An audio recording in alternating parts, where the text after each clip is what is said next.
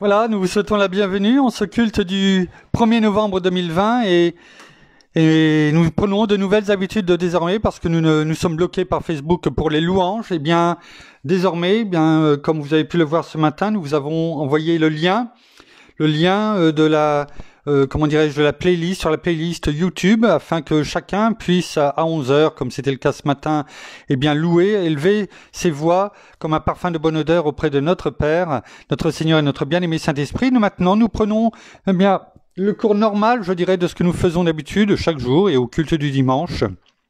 La méditation et comme nous l'avons pas faite tout à l'heure, parce que le but c'était de prier ensemble, je vais laisser la parole à mon épouse pour introduire le culte de ce matin.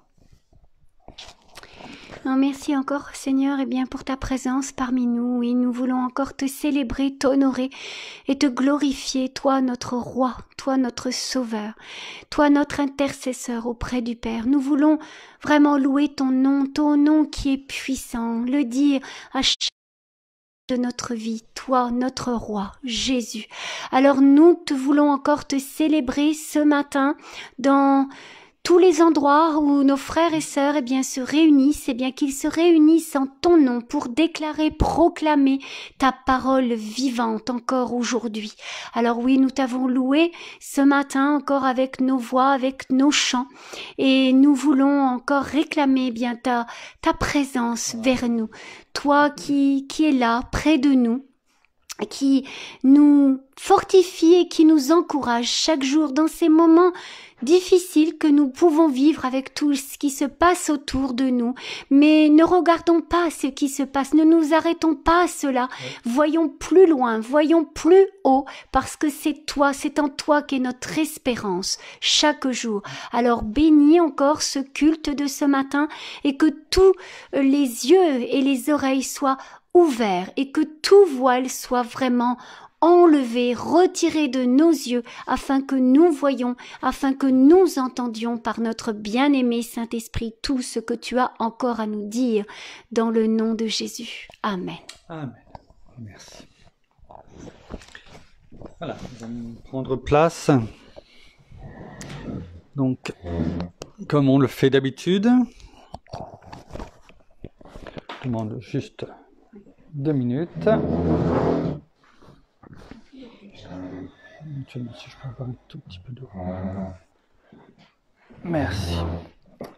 Voilà, nous prenons place. Nous remercions aussi chacun d'entre vous pour les encouragements que nous avons tous reçus pour la soirée de louange hier, même si elle était un peu tronquée parce qu'on nous a bloqués, mais chacun a pu continuer à dérouler la playlist, je dirais, qui avait été faite hier et envoyée à chacun, afin de pouvoir, en ce 31 octobre 2020, plutôt que de faire comme le monde, même s'il a été bien, limité dans ses sorties, en tout cas, ce qui ne l'a pas empêché d'essayer de glorifier, bien sûr, en ce jour d'Halloween, hier, la mort. Nous avons déclaré et proclamé la vie par nos voix, en honorant notre Père et notre bien-aimé Saint-Esprit, notre Seigneur. Excusez-moi. Merci. Pendant, un peu plus de 2h30, nous avons élevé nos voix, chacun. Malheureusement, on n'a pas pu le faire tous ensemble du fait du confinement, mais chacun dans ses maisons. Et qu'importe, le résultat a été le même. Même s'il aurait été préférable d'être tous ensemble, mais ce n'est pas grave. Chacun dans ses endroits, dans ses communes, dans ses, ses départements, ses régions, son pays, ont pu élever leur voix et comme un parfum de bonne odeur, et ça a été glorieux. Alors, merci. Il y en aura d'autres et une fois normalement par trimestre, c'est ce que nous avions prévu en tout cas de faire afin de passer un temps, et j'espère que la prochaine en tout cas sera possible tous ensemble. En tout cas, c'est notre prière. Mais quoi qu'il arrive, nous continuerons à tenir ferme comme il nous est demandé. Et nous en sommes arrivés aujourd'hui à la méditation numéro 226 dans le livre Les psaumes des temps modernes de notre ami pasteur Jean-François Denis, et nous allons regarder ensemble le titre ce matin de ce psaume. Le temps qui t'est sur cette terre allouée a bien plus de prix que n'importe quelle richesse qui te serait donnée. Je sais que chaque jour de ma vie est devant toi compté, et que tu savais bien avant que je ne sois le jour et l'heure de mon arrivée. Bien entendu, tu connais déjà la date et l'année de ma dernière journée. Alors je prie qu'entre ces deux moments ici-bas, que chaque minute de mon temps prêté te soit à 110% consacrée. Je ne désire plus perdre une seconde de ce chrono à flâner, mais je souhaite plutôt le vivre pour toi et à activement rechercher, à faire et à accomplir sur ce globe ta volonté. À travers toutes ces œuvres que tu as pour moi depuis ma naissance préparée. Car je reconnais t'être redevable avec ces dons et ces talents que tu m'as confiés. Le temps est une incroyable denrée que l'on prend trop souvent pour acquise sans même penser qu'une fois dépensé, on ne peut le regagner. Car en fumée, il s'est envolé pour ne devenir dans notre tête qu'un souvenir du passé. Voilà pourquoi il est extrêmement important de prendre notre temps à notre vie planifiée, afin de tirer davantage de chaque respiration qui nous est sur cette terre prêtée. Cessons de regarder à travers la télé se dérouler la vie de ces célébrités. Arrêtons de vivre et de rêver la vie des autres à travers cette nouvelle réalité que sont aujourd'hui devenus les médias sociaux dans notre société. Levons-nous et réalisons que nous pouvons être le changement ou du moins contribuer à changer petit pas par petit pas ces mots que nous retrouvons à travers l'humanité, ces mots MAUX. Nous comprendrions alors que sans exception, nous sommes tous appelés à être en lui, c'est-à-dire Jésus, qui nous sommes à travers notre unique identité. Créés par lui à devenir pour lui ces gens capables à travers lui d'influencer et en venir à inciter positivement notre entourage à changer, en devenant le prochain de quelqu'un en quête de véracité. Car tous, sur cette planète, sans aucune exception, recherchent l'authenticité et la vérité. Le temps est donc une ressource indispensable qui nous est allouée, mais qui un jour, à chacun d'entre nous, sera enlevée. À ce moment-là, il nous sera impossible de reculer dans notre vie pour mieux la recommencer.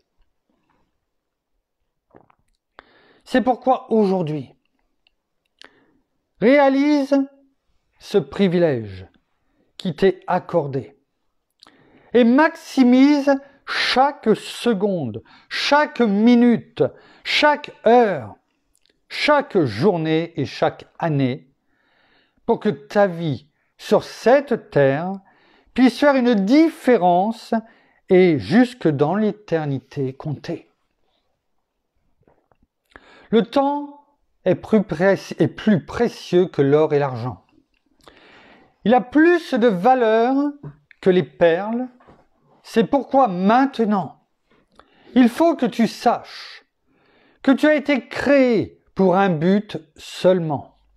Et cet objectif est que tu puisses faire la rencontre de ce Jésus qui un jour du ciel est descendu et qui à une époque sur cette terre est venu.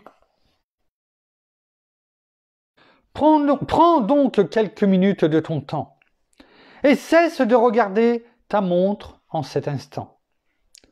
Personne sur cette planète ne peut nier le passage de Jésus-Christ, car il nous est confirmé, attesté, et dit qu'il y a eu à son sujet des centaines de milliers de manuscrits écrits.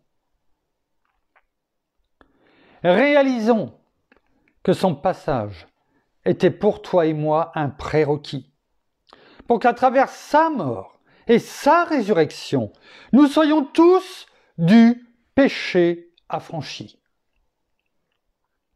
C'est pourquoi notre temps pour lui, ici, doit produire ce fruit qui nous conduira par amour envers lui à faire une réelle différence et à nous dévouer pour autrui. Alors, mon ami, cette décision t'appartient aujourd'hui. Ainsi, je t'encourage à t'arrêter et à lui ouvrir grand ton cœur et ton esprit en l'invitant dans ta vie. Car c'est seulement ce faisant que tu recevras du Père ton passeport pour vivre avec lui au paradis. Merci Père, merci Seigneur, merci bien-aimé Saint-Esprit pour ce psaume qui sonne pour nous comme un rappel à prendre conscience de ce trésor que tu nous donnes ici sur cette terre. Oh oui, ce souffle de vie, ce souffle qui est lié aussi au temps humain, certes, mais à ce temps que tu nous donnes pour accomplir ce pourquoi tu nous as créés. Alors, guide-nous encore ce matin à recevoir ton enseignement, Seigneur, par notre bien-aimé Saint-Esprit et pour ta gloire, Père. Amen.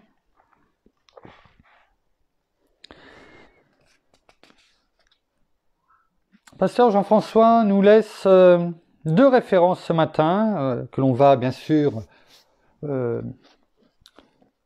augmenter par de nombreux versets de la parole, car c'est bien là le plus important. Les deux références que nous laisse Pasteur Jean-François ce matin sont dans Marc, chapitre 8, verset 36, et le livre des psaumes, chapitre 139, verset 16. Avant toute chose, on a parlé du temps. Je vais vous demander juste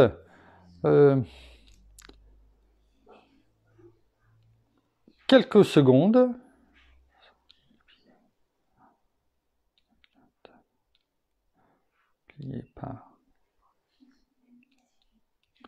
Voilà. 86 400 secondes. 86 400 secondes. Voilà. Voilà ce que chaque jour,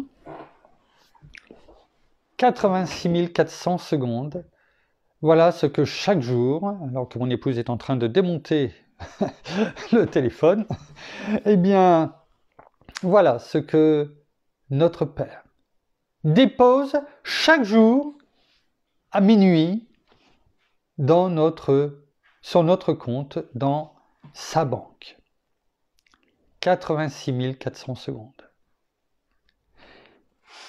Ce qui est important, c'est de savoir ce que nous en faisons. Combien en consacrons-nous pour lui rendre gloire, honneur, comme nous le faisons aujourd'hui et que nous nous efforçons pour sa gloire chaque jour à faire. 86 400 secondes qui s'égrènent, que l'on ne peut arrêter et que l'on ne peut récupérer, comme on vient de le lire. 86 400 secondes. Qu'en faisons-nous? Est-ce que nous en avons conscience.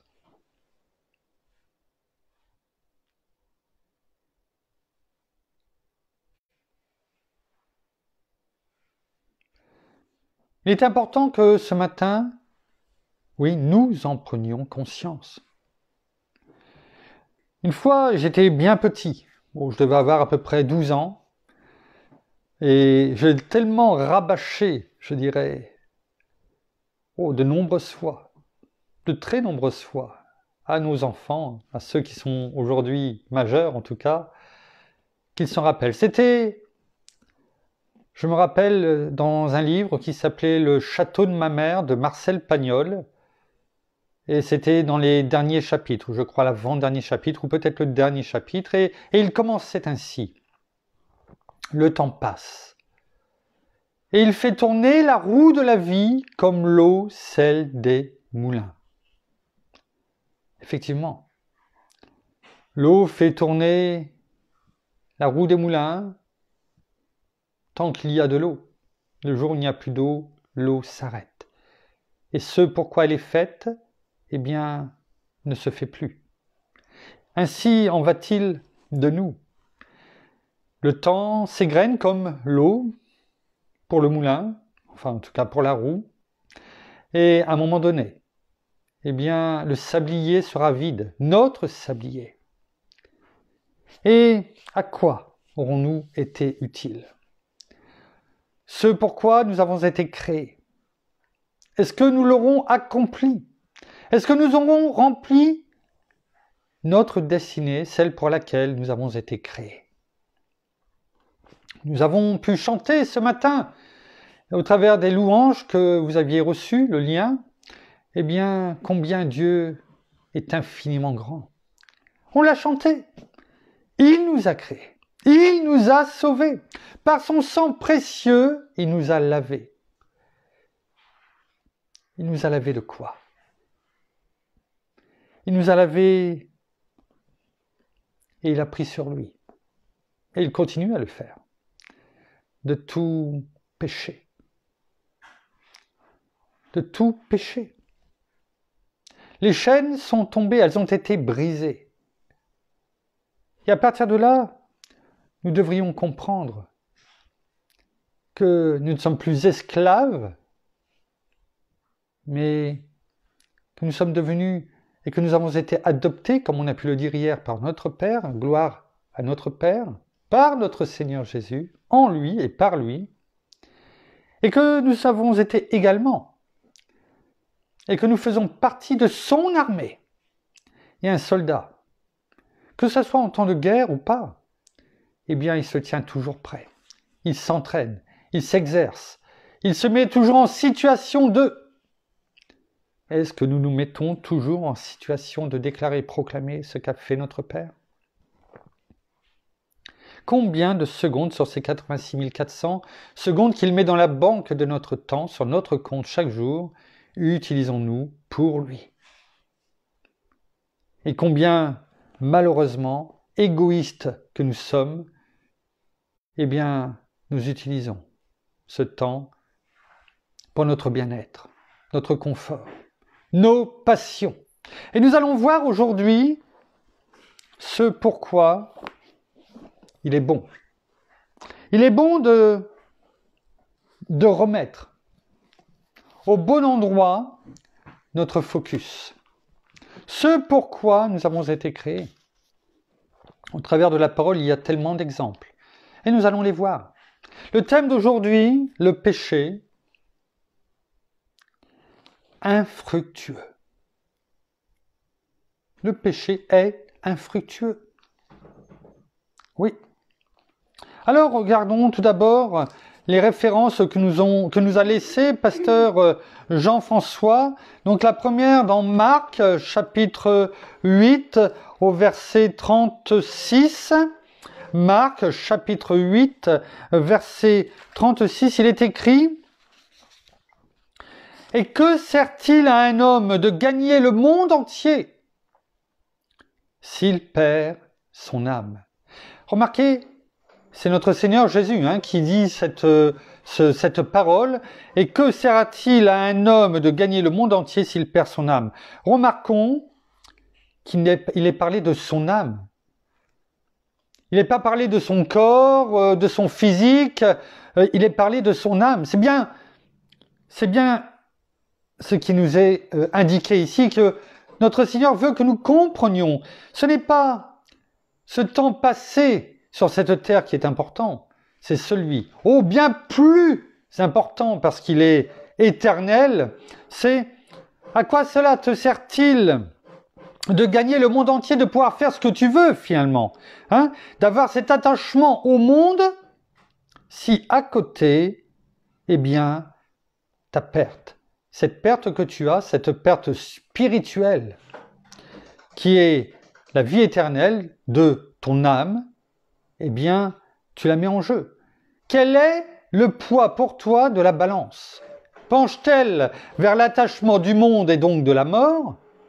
Ou penche-t-elle vers une réalité qui est beaucoup plus grande, qui est la vie éternelle? C'est cela qui nous est dit. On pourrait prendre même aussi la concordance, je dirais, c'est dans Luc chapitre 9, au verset 25, et Luc, le bon médecin, nous dit « Et que sert-il à un homme de gagner le monde entier ?» Ce n'est pas Luc qui le dit, c'est Luc qui l'écrit, mais c'est notre Seigneur Jésus qui le dit, bien entendu. « Et que sert-il à un homme de gagner le monde entier s'il se perd ou se ruine lui-même ?» Et là, vous voyez, il y a ce complément quelque part. C'est pourquoi il est bon quelquefois de regarder au travers des évangiles un petit peu comment chacun le met et le voit sous un angle, un prisme différent. Et là, Luc nous dit s'il se perd, c'est-à-dire que s'attacher au monde, en fait, c'est se perdre. C'est ce que nous dit notre Seigneur Jésus. S'il se perd ou se ruine lui-même.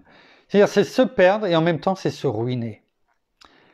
Et en même temps que je vous parle, ça me fait penser au fils prodigue. Vous savez, celui qui a demandé à son père, bien avant en fait le décès de son père, sa part d'héritage, et qui est parti pour s'attacher au monde, parce qu'il voulait voir autre chose. Il voulait bouger, il voulait voyager. Il voulait faire sa vie parce qu'il était jeune. Il voulait voir autre chose. Sa vie, ce n'était pas de s'attacher peut-être dans un trou, où il y a peu de personnes, où ça ne bouge pas assez. Alors il a préféré demander sa part d'héritage, des grandes richesses. Il est parti s'attacher au monde. Il s'est perdu. Il s'est ruiné lui-même. Et une fois qu'il était encore plus bas que les cochons, il s'est aperçu combien il était triste et malheureux. Et cela fait écho à cela, ce passage. Merci, bien-aimé Saint-Esprit. Deuxième référence de pasteur Jean-François qui se trouve dans le livre des psaumes. Psaume, chapitre 139, verset 16. Et nous avons pu le chanter d'une façon différente, mais nous l'avons chanté ce matin. Il est écrit « Quand je n'étais qu'une masse informe, tes yeux me voyaient. » Bien souvent, et on le voit parce qu'on a eu 6 enfants, mais on le voit aussi avec nos enfants qui commencent à avoir, nos filles qui commencent à avoir des petits-enfants, enfin des enfants, donc nos petits-enfants, et il y a des échographies et ils sont heureuses de nous montrer pour voir, et puis elles sont là même, il est grand comme ça, c'est l'équivalent d'un fruit, enfin souvent, c'est une méthode, enfin bon, on compare la grandeur du fœtus à un fruit pour voir la grandeur, mais on a du mal à s'imaginer. On ne le voit pas. On ne peut pas le voir jusqu'à un certain moment. Je ne sais pas, c'est la combien? Troisième mois? Quatrième mois? La première échographie à peu près, c'est ça? Et on commence à voir un petit peu. Mais là, la parole nous dit, lorsque je n'étais qu'une masse informe, c'est-à-dire qu'il n'y avait pas de forme encore. Je dirais presque, au moment tout simplement de la conception, il n'y avait pas de forme. C'est ça, informe, qui n'a pas de forme, qu'on ne peut reconnaître, dire à quoi ça ressemble. Eh bien, notre Père, lui, nous voyait. Il savait déjà qui nous étions. Parce que c'est lui qui a voulu que nous venions au monde, que nous soyons créés. Parce que venir au monde, ce n'est pas une fois que l'on est sorti du ventre de la mère, c'est lorsque nous sommes déjà créés. C'est la vie. C'est la vie. Et donc tes yeux me voyaient. Et sur ton livre étaient tous inscrits les jours qui étaient fixés avant qu'aucun d'eux existe. Cela montre bien, au travers de ce verset, que pour Dieu, la vie, ce n'est pas une fois que le bébé est sorti du ventre de la mère, mais c'est quand il a été créé, lorsqu'il n'était encore qu'une masse informe. Parce qu'il est bien dit ici que sur ton livre, le livre de vie, étaient tous inscrits les jours qui étaient fixés, le jour de la création jusqu'au jour de notre mort terrestre et du début, pour ceux qui ont accepté notre Seigneur comme Seigneur et Sauveur de notre vie, de la vie éternelle. Eh bien, avant qui était fixé, avant qu'aucun d'eux existe, c'est-à-dire avant qu'il y ait le premier jour. Cela montre bien la différence entre ce que dit le monde et ce que dit Dieu. Et on sait qui dit la vérité.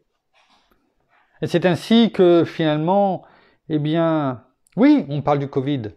Je ne dis pas que ce virus n'existe pas. Et on ne rentrera pas d'où il vient.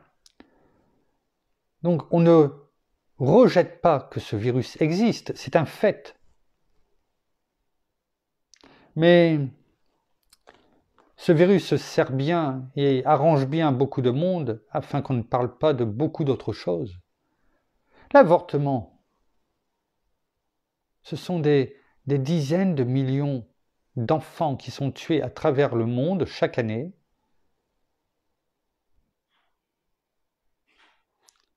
Presque sous silence. Bien sûr, il y a des voix de temps en temps qui s'élèvent, mais il y a beaucoup plus de lois qui sont votées pour l'avortement, et ceci jusque même après la naissance, dans certains pays. Et cela ne dérange personne. Aujourd'hui, sous le couvert de ce virus, eh bien, on prend tout et on fait et on détruit tellement de choses, alors qu'on détruit la vie à côté. Quelle hypocrisie! Quelle hypocrisie! Car la vie, c'est dès le premier jour de la conception. C'est la parole qui le dit. La parole ne ment pas.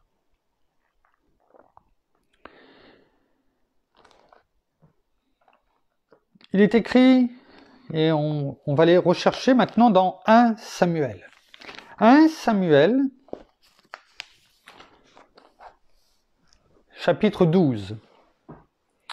On va déjà voir un petit peu. Alors, le contexte, eh bien, au travers, Samuel reprend, au travers de ce chapitre 12, eh bien, un petit peu ce que Dieu a fait un petit peu avant pour le peuple.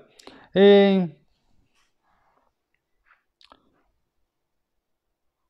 bien sûr, Samuel dit à tout Israël, eh bien, voici que j'ai écouté votre voix en tout ce que vous m'avez dit, et j'ai établi un roi sur vous. Effectivement,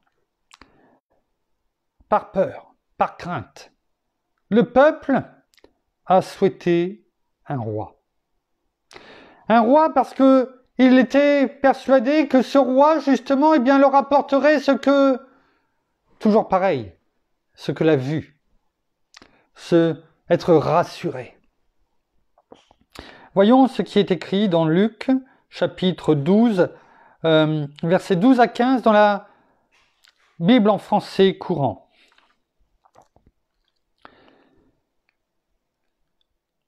Mais quand vous avez vu, c'est Samuel qui parle, Nahash, roi des Ammonites, venir vous attaquer, donc peuple d'Israël, vous m'avez dit, nous voulons un roi, comme si le Seigneur n'était pas votre roi. Le peuple a déclaré, a proclamé, nous voulons un roi qui domine sur nous, qui nous guide, qui nous amène à vaincre. Et Samuel dit, comme si le Seigneur n'était pas votre roi. Et il continue, Samuel, en déclarant et en proclamant bien sûr les paroles de l'Éternel, que l'Éternel lui donnait, notre Père. Et il dit, eh bien, vous l'avez, le roi que vous avez choisi. Vous l'avez demandé et le Seigneur vous l'a accordé. Si désormais vous respectez et servez le Seigneur votre Dieu, si vous lui obéissez sans vous révolter contre ses commandements, si vous le suivez, vous et votre roi, tout ira bien. Ce roi, eh bien, allait être très peu de temps après, oint par Samuel comme premier roi d'Israël, le roi Saül. Et on sait que sur ce qu'on vient juste de lire, eh bien malheureusement, le peuple et le roi Saül n'ont pas fait n'ont pas obéi complètement et totalement aux ordres de l'Éternel.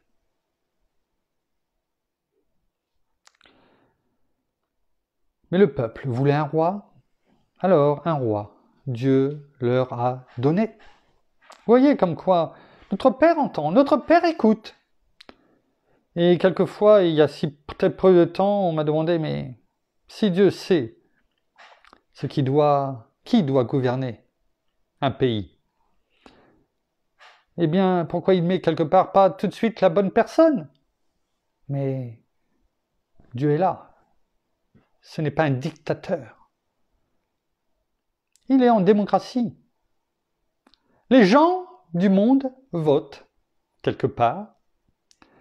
Spirituellement parlant, l'être humain vote et demande, comme on a pu le voir ici.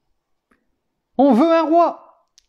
Et ils ont choisi cet homme beau, grand, il est dit, Saül, qui était au-dessus des autres, que l'on voyait. Oh, une belle apparence.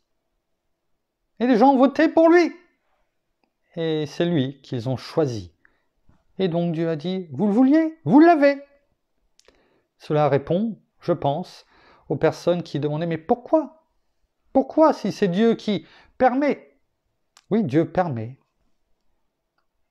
Mais c'est pas Dieu qui choisit toujours. Bien souvent, il laisse faire. Et après, il faut assumer ses conséquences. J'espère que vous comprenez mieux. Et au verset 19 à 21, donc toujours dans 1 Samuel 12, eh bien, une fois ce que nous venons de lire et que l'Éternel avait déclaré, eh bien, il fait un miracle, des grosses pluies, de grandes pluies. Et là, le peuple et le roi, eh bien, ont eu cette crainte, une crainte importante. Et là, tout le peuple dit à Samuel, « Prie l'Éternel ton Dieu pour tes serviteurs, afin que nous ne mourions pas. Car nous avons ajouté à tous nos péchés celui de demander pour nous un roi. » Le mal était fait. Le vote avait été réalisé. La personne avait été mise. Bien souvent, c'est ce qui se passe.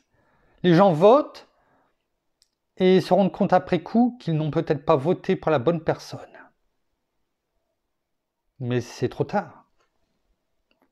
La personne a été établie, mise en place. Ça rejoint un petit peu ce que nous venons de dire précédemment.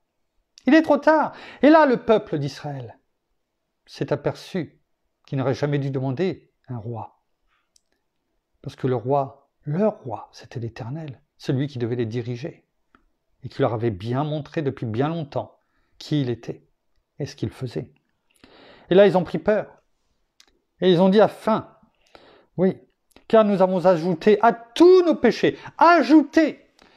Ils s'apercevaient qu'ils étaient remplis de péchés. Et c'est bien de s'en rendre compte, déjà. Mais ils disent, on a ajouté en plus de cela, celui de demander pour nous un roi. Alors Samuel dit au peuple, soyez sans crainte. Vous avez fait tout ce mal. Oui, il leur dit, oui, c'est vrai, vous avez péché. Mais quelque part, sous-entendu, c'est bien de le reconnaître.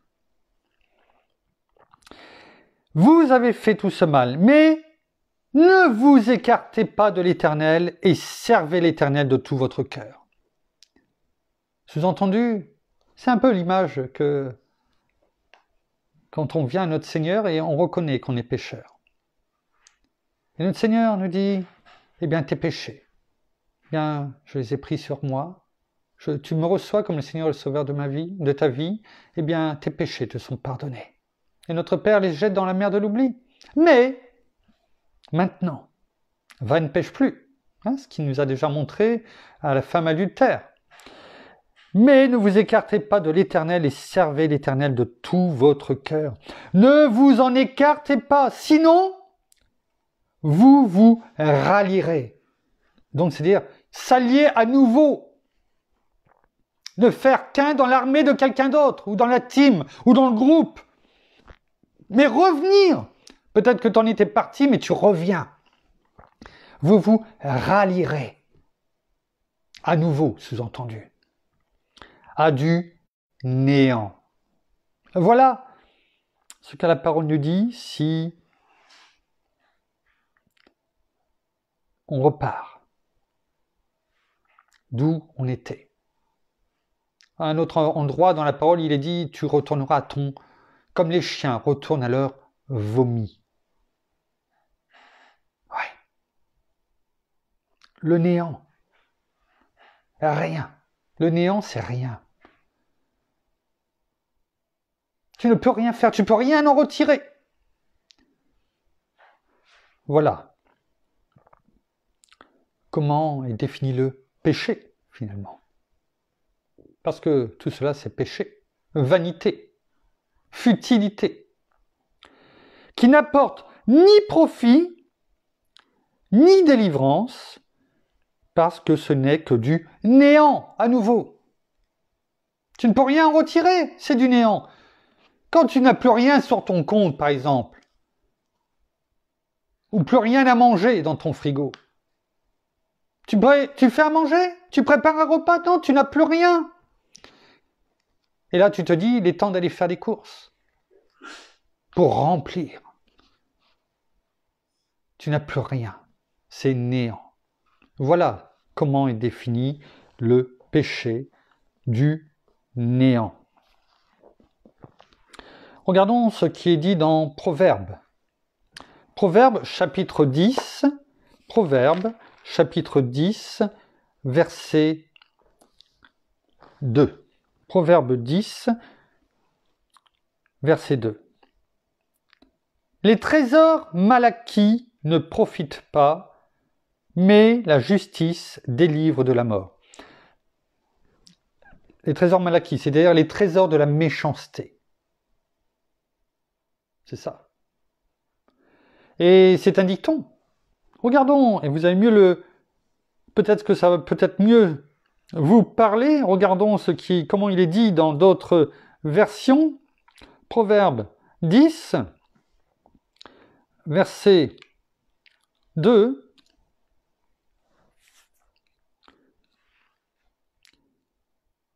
Et c'est un dicton que l'on entend déjà dans le monde. Bien mal acquis ne profite jamais. Est-ce que vous l'avez déjà entendu, ce verset? Bien mal acquis, et non pas mal acquis, mal acquis, ne profite jamais. Seule la pratique de la justice délivre de la mort. Et ce dicton existe dans le monde. Malheureusement. Le monde n'a la cure. Il s'en fout. Tant que c'est quelque chose qu'il peut acquérir et qu'il peut avoir à lui. Il s'en fout de savoir si c'est bien ou pas. Et pourtant la parole est claire. Dans une autre version, il nous est dit « Des biens gagnés malhonnêtement ne profitent jamais. Mais une conduite honnête délivre de la mort. »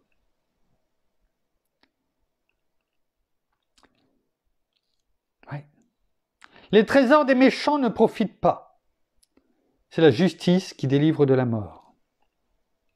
On va juste revenir sur celle précédente. Des biens gagnés malhonnêtement ne profitent jamais, mais une conduite honnête délivre de la mort. Ça veut dire que les biens gagnés malhonnêtement ne profitent jamais, mais conduisent à la mort. Parce que sinon, il est dit, mais une conduite honnête, donc si tu fais les choses de façon honnête, tu es délivré de la mort. Donc ça veut dire que si tu fais les choses et des biens mal acquis ou des biens gagnés malhonnêtement, eh bien, c'est un péché.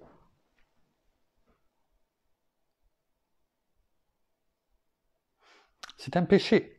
Regardons, parce que quelquefois on pourrait dire, ouais, mais il ne faut pas trop pousser quand même.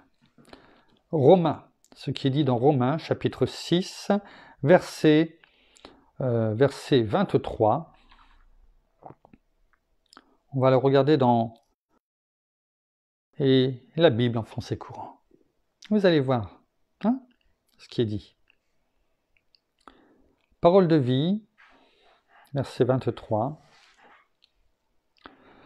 Oui, avec le péché, ce qu'on gagne, c'est la mort.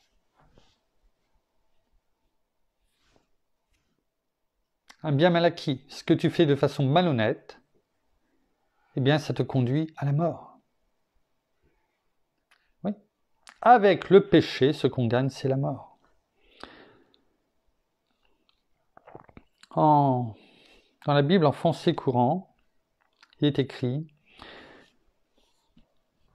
« Pour ceux qui travaillent, vous allez travailler pour quoi ?» Il y en a qui travaillent de façon bénévole, mais la plupart du temps, on va au travail pour... Alors, bien sûr, quelquefois, on aime ce que l'on fait, mais ce n'est pas toujours le cas. Mais en règle générale, on y va pour avoir un salaire. Quand on travaille, quelle que soit la personne pour laquelle on travaille, on y va, et qu'est-ce qu'elle vous donne à la fin? Un salaire. Un salaire qui correspond à quoi? Il correspond, ce salaire, à ce que, comment dirais-je, vous avez fait pendant le mois. Tout ce que vous avez fait en temps de travail, eh bien, vous êtes payé à la fin du mois. Eh bien, regardez ce qui est écrit dans Romains 6, donc le même verset, 23, dans la Bible en français courant. Car le salaire que paie le péché, ce n'est pas l'employeur, mais c'est tout comme. Ton employeur, si tu t'attaches au monde, c'est l'ennemi, c'est Satan.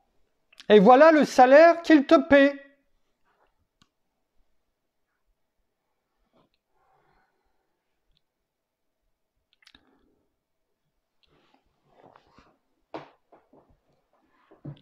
Ce salaire qu'il te paie, c'est écrit, car le salaire que paie le péché, c'est la mort. Mais il y a une espérance, et cette espérance est celle-ci. Mais le don que Dieu accorde gratuitement,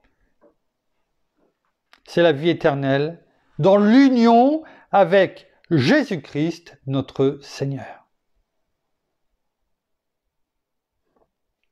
Il est bon de se rappeler tout ceci. Dans Proverbes, toujours, chapitre 24, versets 20 à 22. Regardons ce qui est écrit. Pour ceux qui sont méchants, malhonnêtes, ceux qui s'attachent au monde. Il est écrit « Car il n'y a pas d'avenir pour celui qui est mauvais. La lampe des méchants s'éteint. » Oui. On pourrait, je n'ai pas une lampe sous la main, mais voilà. On pourrait allumer une lampe et puis on l'éteint. C'est comme une lampe qui s'éteint. Mon fils, crains l'Éternel et le roi. Ne te mêle pas aux hommes remuants. Sous-entendu, les hommes remuants, c'est-à-dire tous ceux qui font des choses nouvelles, qui sont novateurs et qui vont aller contre tout ce qui se fait et qui vont te détourner. Peut-être t'emmener dans la rébellion. Car soudain leur ruine surgira, et qui connaît les châtiments des uns et des autres? Il n'y en a qu'un. Il n'y a qu'un qui connaît les châtiments des uns et des autres, c'est notre Père.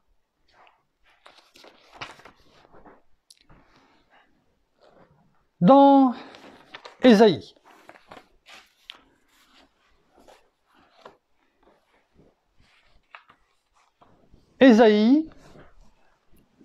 chapitre 44, verset 9. Ésaïe, chapitre 44, Ésaïe, on va le prendre en français courant. Ésaïe, chapitre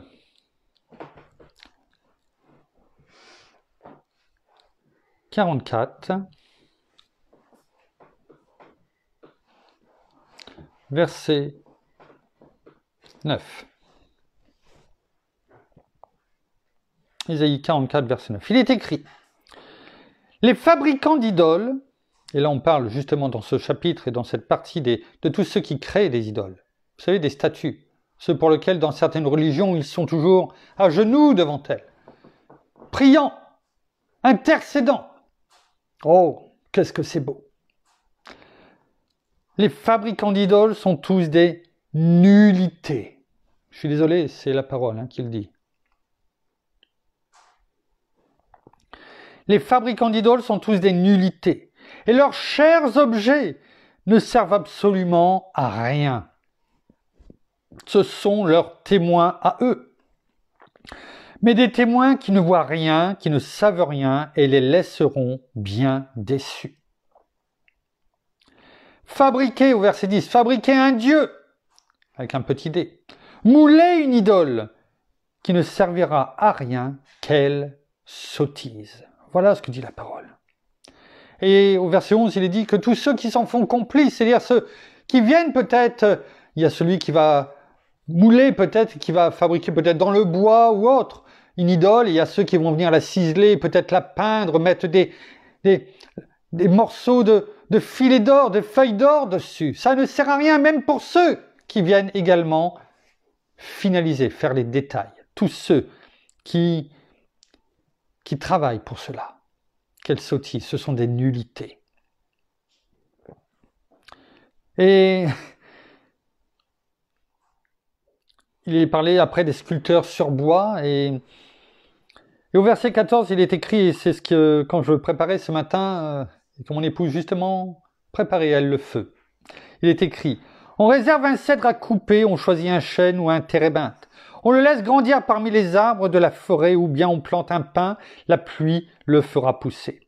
Ce bois servira aux hommes pour allumer du feu, mais il l'utilise aussi pour faire ce même bois une idole. Et je me dis, mais ce bois finalement, est-ce qu'ils se rendent compte? Ce même bois qu'on peut peut-être aller couper en deux, et puis certains vont faire une idole taillée dans le bois. Et puis tous les détails comme on vient de dire.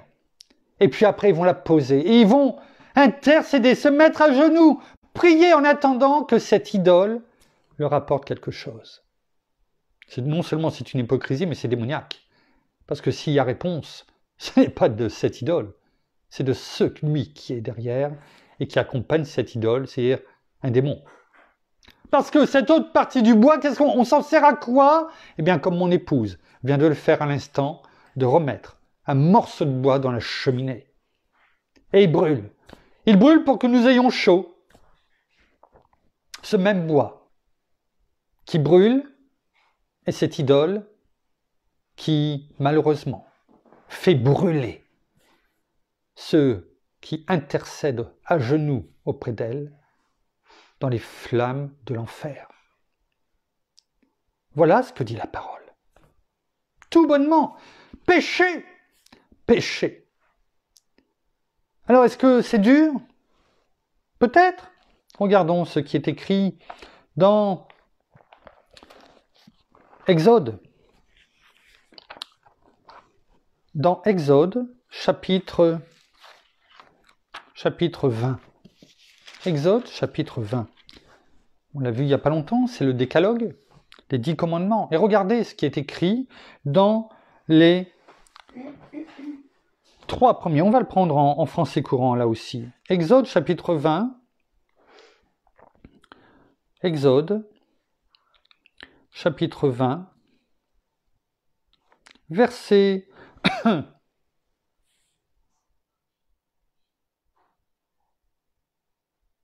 on va prendre du verset 3 à 6. Verset 3 à 6. Ce sont les 3 premiers commandements qui sont donnés. Hein? Tu n'adoreras pas d'autres dieux que moi.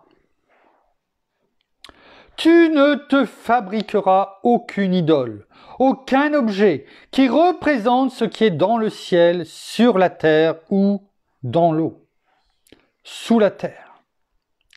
Tu ne t'inclineras pas devant des statues de ce genre, tu ne les adoreras pas. En effet, je suis le Seigneur ton Dieu, un Dieu exigeant. Si quelqu'un est en tort à mon égard, j'interviens contre lui et ses descendants, jusque la 3e ou la 4e génération. Mais je traite avec bonté, pendant 1000 générations, ceux qui m'aiment et obéissent à mes commandements. Alors, est-ce que c'était dur tout à l'heure? Peut-être. Mais Dieu a prévenu.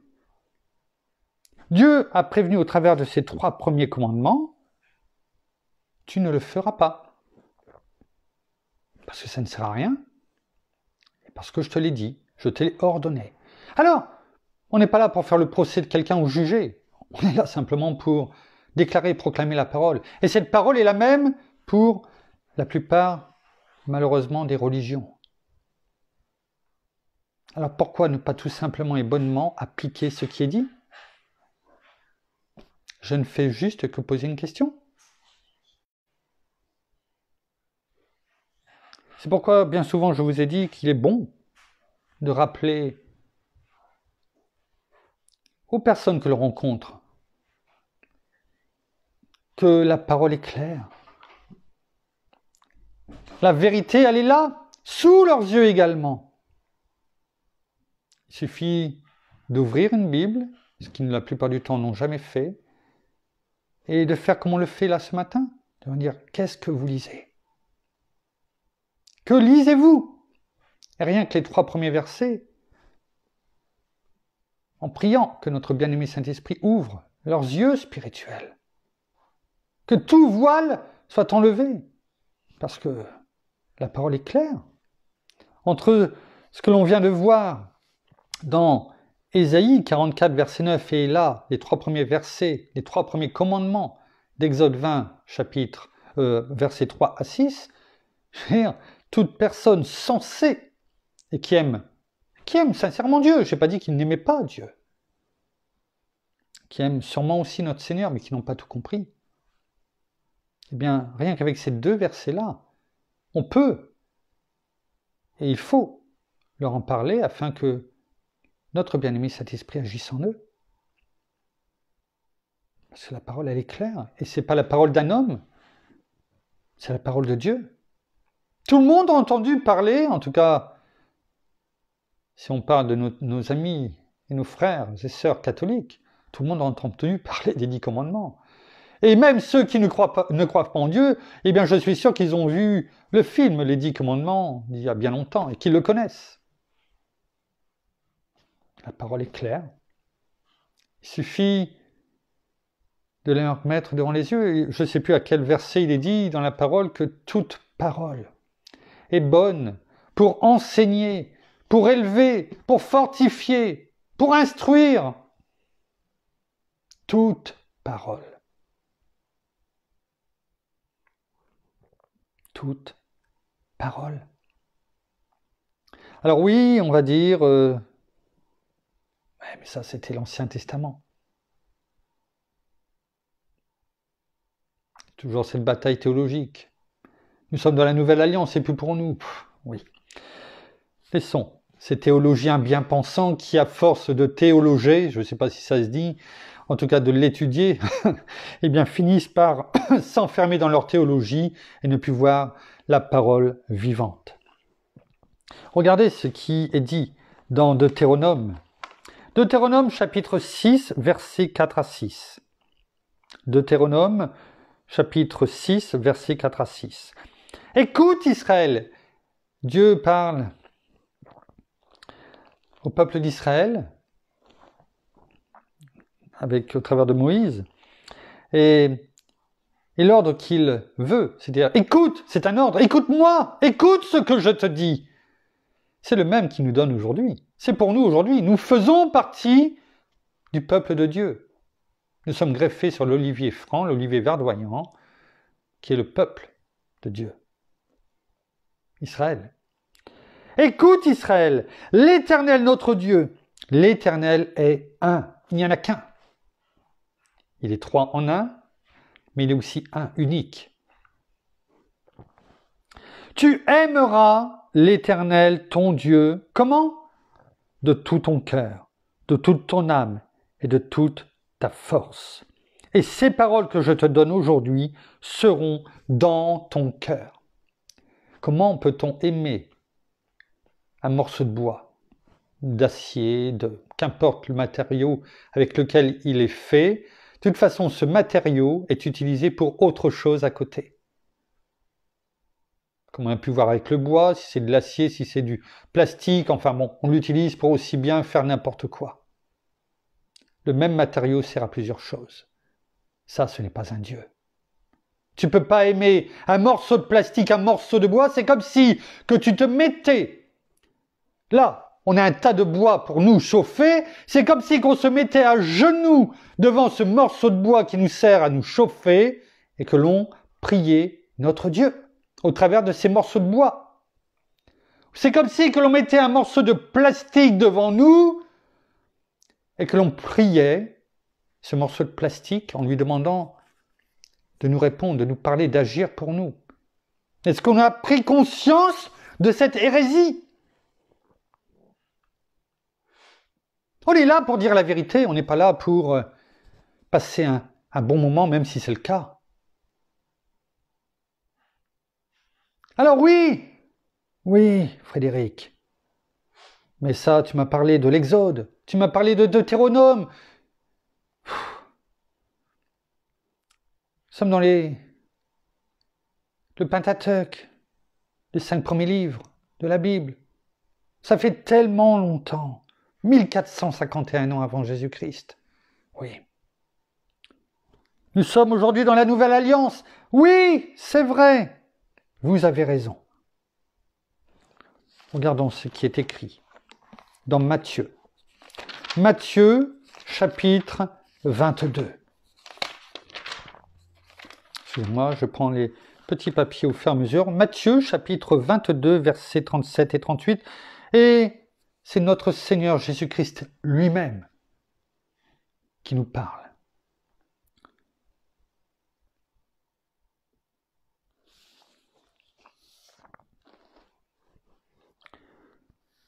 Tu aimeras le Seigneur ton Dieu de tout ton cœur, de toute ton âme et de toute ta pensée.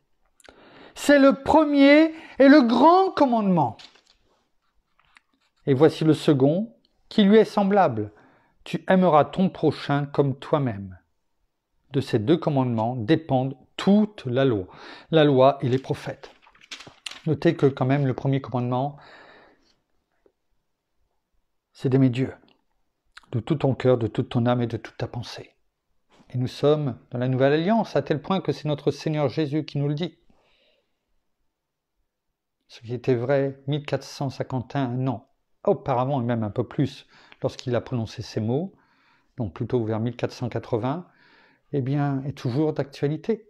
Là, et aujourd'hui aussi. Parce que le ciel et la terre passeront, mais ma parole ne passera pas.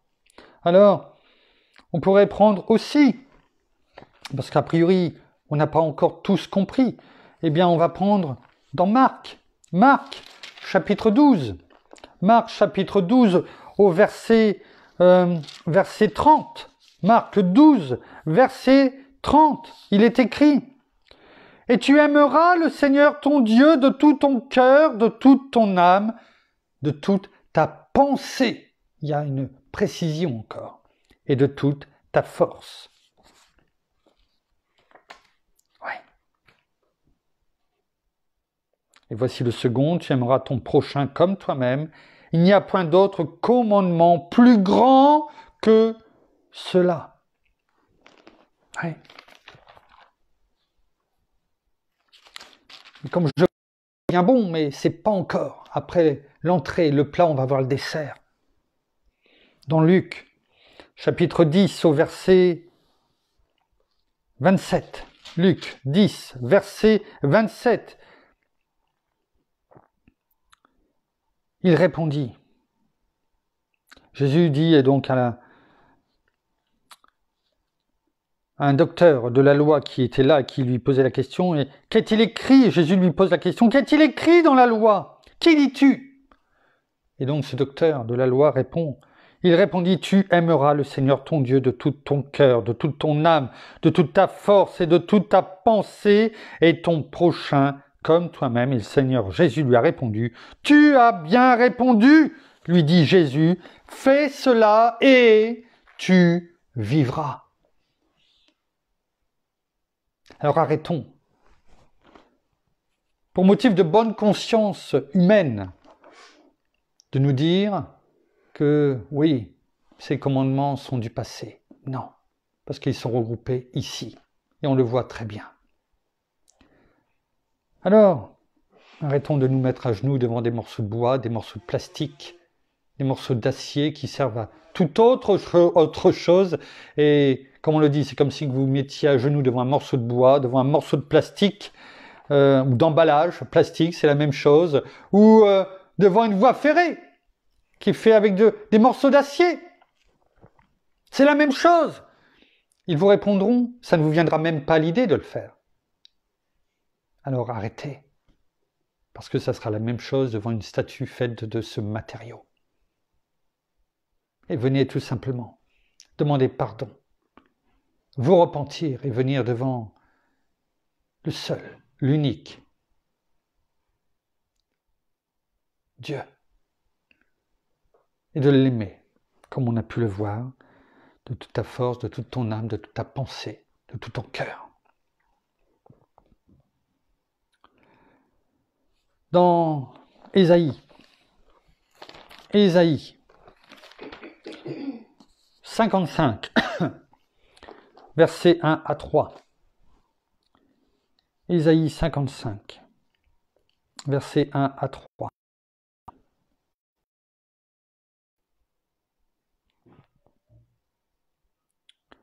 Il est écrit: « Ô vous tous qui avez soif, venez vers les eaux, même celui qui n'a point d'argent, venez acheter et manger, venez acheter du vin et du lait sans argent, sans rien payer. Pourquoi pesez-vous de l'argent pour ce qui n'est pas du pain? Pourquoi peinez-vous pour ce qui ne rassasie pas ?» Deux questions qui nous sont posées. Pourquoi tu dépenses tout cela, toute ton énergie, tout ton argent, pour des choses, des offrandes que tu peux faire, des choses que tu achètes pour ces idoles qui ne t'amènent qu'à une seule chose, à la mort. Écoutez-moi donc, et mangez ce qui est bon. La parole de Dieu. L'homme ne se nourrira pas de pain seulement, mais de toute parole qui sort de la bouche de Dieu. Et vous vous délecterez de mets succulents. Tendez l'oreille et venez à moi, écoutez, et votre âme, à nouveau, vivra. C'est la seule solution pour avoir la vie éternelle. Je conclurai avec vous une alliance éternelle, celle de la bienveillance, fidèle envers David. Ouais. Dans Jérémie, chapitre 12, verset 13, et là, il nous est parlé des méchants dans tout ce chapitre 12. Il dit, la parole nous dit, il est écrit, ils, au pluriel en parlant des méchants, ils ont semé du froment, pour avoir une bonne récolte. Et qu'est-ce qui s'est passé? Et ils moissonneront des chardons. Dans d'autres versions, c'est écrit des épines. Ils se sont donné du mal sans profit. Sans profit. Ayez honte de vos récoltes, des biens mal acquis, finalement. De tout ce que vous avez pu acquérir.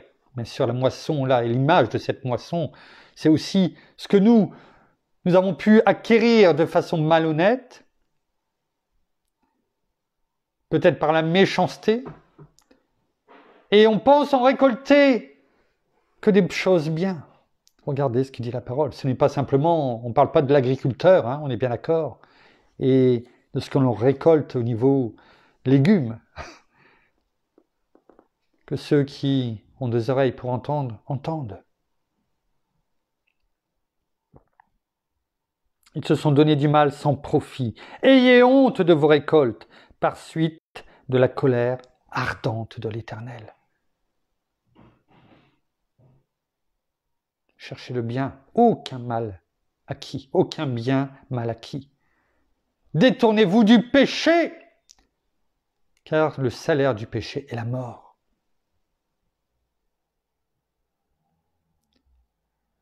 Il n'y a qu'un chemin qui mène à Dieu, notre Seigneur Jésus-Christ, et il y en a un autre, qui est le péché, l'attachement au monde. L'attachement au monde, c'est le péché.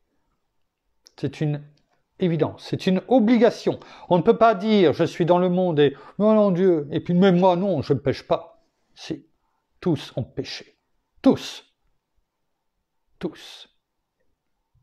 Et le seul qui peut nous en délivrer, c'est notre Seigneur Jésus-Christ et notre Père. Enfin, pour conclure ce culte de ce matin, cette méditation, regardons et reprenons. On a vu le thème de ce matin qui était le péché, infructueux. On a compris, je l'espère en tout cas. Et regardons la définition de infructueux. Infructueux. On va regarder tout simplement la définition qui nous est donnée, si cela va bien s'ouvrir. Voilà. Définition de infructueux. Qui ne rapporte pas de fruits. Ou qui en rapporte fort peu. Qui n'apporte aucun profit, ni aucune utilité. Qui ne donne aucun résultat. Voilà ce que ça veut dire infructueux.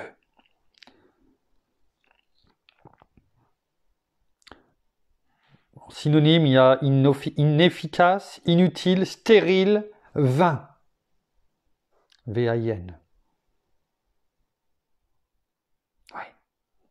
Voilà ce que veut dire infructueux, qui n'apporte aucun fruit. Alors pour conclure, nous allons prendre la parole dans Jean. Dans Jean, chapitre 15, en conclusion, à partir du verset 5. Voilà ce qui nous est dit, et on le connaît très bien ce passage. Infructueux, qui n'apporte pas de fruits. Voilà ce qu'est le péché, les biens mal acquis, l'attachement au monde. C'est infructueux. Alors que la parole nous dit, dans Jean 15, à partir du verset 5, « Je suis », et c'est notre Seigneur Jésus qui parle, « je suis la vigne, vous êtes les rameaux ». J'ai pris exprès cette version, parce que cela m'a fait sourire. Lorsque les mêmes frères et sœurs dont je vous parlais tout à l'heure, eh bien, utilisent ces rameaux pour aller les faire bénir un certain week-end, croyant qu'en les remettant ensuite au-dessus de leur porte ou certains endroits, eh bien c'est formidable. Ils sont gardés, protégés, tout comme quand ils embrassent la statuette de Marie. Regardez ce qui est écrit. « Je suis la vigne, vous êtes les rameaux. Celui qui demeure uni à moi et à qui je suis uni porte beaucoup de fruits. » Tiens, là ce n'est pas infructueux. Là on porte beaucoup de fruits. Ouais. Parce qu'on a ramené un rameau? Non, non. Parce qu'on est uni à Christ et qu'il est uni à nous. Non pas simplement par une branche. Car vous ne pouvez rien faire sans moi. Celui qui ne demeure pas uni à moi est jeté dehors, comme un rameau. Tiens, le rameau est jeté dehors. Et il sèche. Les rameaux secs, c'est-à-dire qui ne portent pas de fruits, parce qu'ils ne sont pas unis à Christ Jésus, mais à d'autres idoles, d'autres passions du monde, on les ramasse, on les jette au feu et ils brûlent. Si vous demeurez unis à moi et que mes paroles demeurent en vous, demandez ce que vous voulez et vous le recevrez. Deux choses. Unis en Christ et donc Christ en nous. Et si les paroles, toutes celles que nous avons pu dire encore aujourd'hui, demeurent en nous, et bien entendu que nous les mettons en pratique. Voici comment la gloire de mon Père se manifeste, quand vous portez beaucoup de fruits, et que vous vous montrez ainsi mes disciples. Le péché, l'attachement au monde est infructueux. Comment peut-on imaginer un seul instant être dans le monde et attaché au monde et porter beaucoup de fruits pour notre Père et être appelé disciple de Christ? La parole nous est claire, c'est impossible. C'est impossible. Il n'y a qu'une seule façon de faire et on vient de la dire. Unis à Christ, lui en nous et nous en lui, et de conserver sur notre cœur et les mettre en pratique toutes les paroles, tous les commandements. Je vous aime comme le Père m'aime. Imaginez, notre Seigneur Jésus nous dit qu'il nous aime comme le Père aime Jésus. Est-ce que l'on peut comprendre l'amour avec lequel il nous aime? On ne comprend pas. Et pourtant, il a donné sa vie pour nous. Il a souffert pour nous. Il est vivant pour nous, il intercède encore au quotidien à chaque seconde. Il nous aime de la même façon que le Père l'aime. Si demeurez dans mon amour, il nous donne un ordre. Demeurez dans mon amour. Moi, je vous aime comme le Père m'aime. Alors demeurez dans mon amour. Si vous obéissez à mes commandements, c'est-à-dire si on garde la parole. Tout ce nous avons encore lu ce matin. On ne lit pas les choses, on ne fait pas tout ce que l'on fait, comme on dit, on ne raconte pas une histoire. Si vous obéissez à mes commandements, vous demeurerez dans mon amour. Il nous donne la solution. Il nous a dit avant, demeurez dans mon amour. Mais comment? Comment, Seigneur? Comment peut-on demeurer dans ton amour? Il nous donne la réponse. Si vous obéissez à mes commandements, vous demeurerez dans mon amour, comme moi, j'ai obéi aux commandements de mon Père, et que je demeure dans son amour. Il nous donne la solution, toujours. Dieu, notre Seigneur, nous donne toujours le manuel d'instruction. Et il nous le dit, comment être disciple, comment porter du fruit, comment demeurer dans ton amour, dans mon amour. Eh bien, il nous dit, attachez-vous à mes commandements. Mettez en pratique tout ce que vous entendez et dans ce que j'ai pu vous laisser. Car si vous faites cela, eh bien vous demeurerez dans mon amour, car moi aussi, le Père m'aime. Pourquoi? Parce que j'ai toujours fait ce qu'il m'a dit, et dit, et fait, j'ai toujours fait ce qu'il m'a dit, et dit ce qu'il m'a demandé de faire. Oui. Il nous a donné la marche à suivre. Il nous dit, appliquez, mettez en pratique, c'est tout ce que je vous demande. Merci Père, merci Seigneur, merci bien-aimé Saint-Esprit, une fois de plus pour tout ce que tu nous as enseigné ce matin. Nous terminons par la prière. Oh, merci Seigneur encore de t'être révélé, de nous avoir montré par la parole, parce que la parole est source de vérité, de droiture et de justice. Alors oui, tu nous montres comment agir dans notre vie, comment ne pas nous attacher à toutes ces choses, à toutes ces idoles du monde, tout ce que nous pouvons consacrer comme idole, tout ce que nous pouvons dire. Pas seulement les idoles mais construites, mais tout ce qui peut briller aussi de par le monde, de ne pas nous attacher à cela, mais de nous attacher à toi, Seigneur Jésus, parce que nous ne pouvons faire les deux en même temps. Nous ne pouvons te servir et servir le monde. Il faut faire un choix, et nous, notre choix, il est déjà fait. Il est là, il est présent en nous, et nous voulons te servir, nous voulons te choisir, nous t'avons choisi.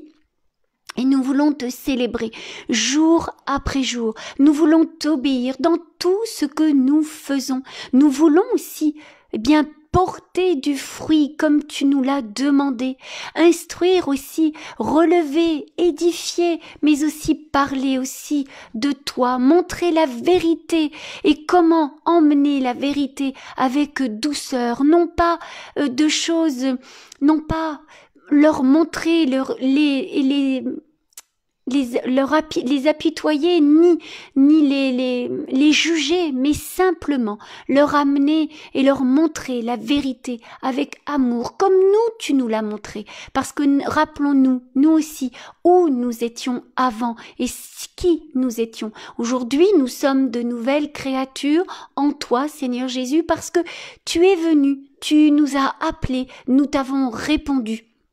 Et nous t'avons donné notre vie entièrement. Alors, nous voulons te servir et chaque jour, porter du fruit, mais en faisant les choses comme toi tu nous le demandes de faire, dans la vérité, la droiture et la justice.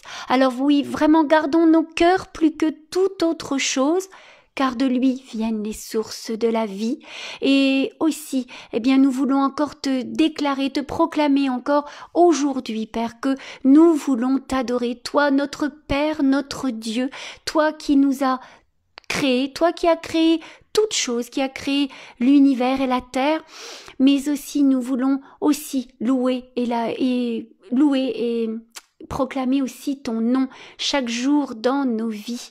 Alors oui, nous voulons louer la vie encore aujourd'hui et vraiment encore, je vous bénis, chacun d'entre vous. Soyez tous prudents, soyez sages et soyez obéissants dans tout ce qui est dit, même si certaines lois ne nous plaisent pas, mais elles sont établies. par les autorités. Alors oui, vraiment, soyons vraiment ces enfants aussi bien obéissants, mais ne marchons pas non plus comme des moutons en voulant faire tout ce que le monde nous dit, mais simplement en nous plaçant devant notre Seigneur et notre Roi, et simplement lui obéir en toutes choses avant tout. Alors dans le nom de Jésus. Amen. Amen. Voilà, ainsi s'achève ce culte un petit peu nouveau, donc bien sûr dans sa façon de faire, mais qu'importe, on s'adapte. Et comme mon épouse l'a dit, bien nous vous bénissons de toutes les bénédictions spirituelles dans les lieux célestes en Christ.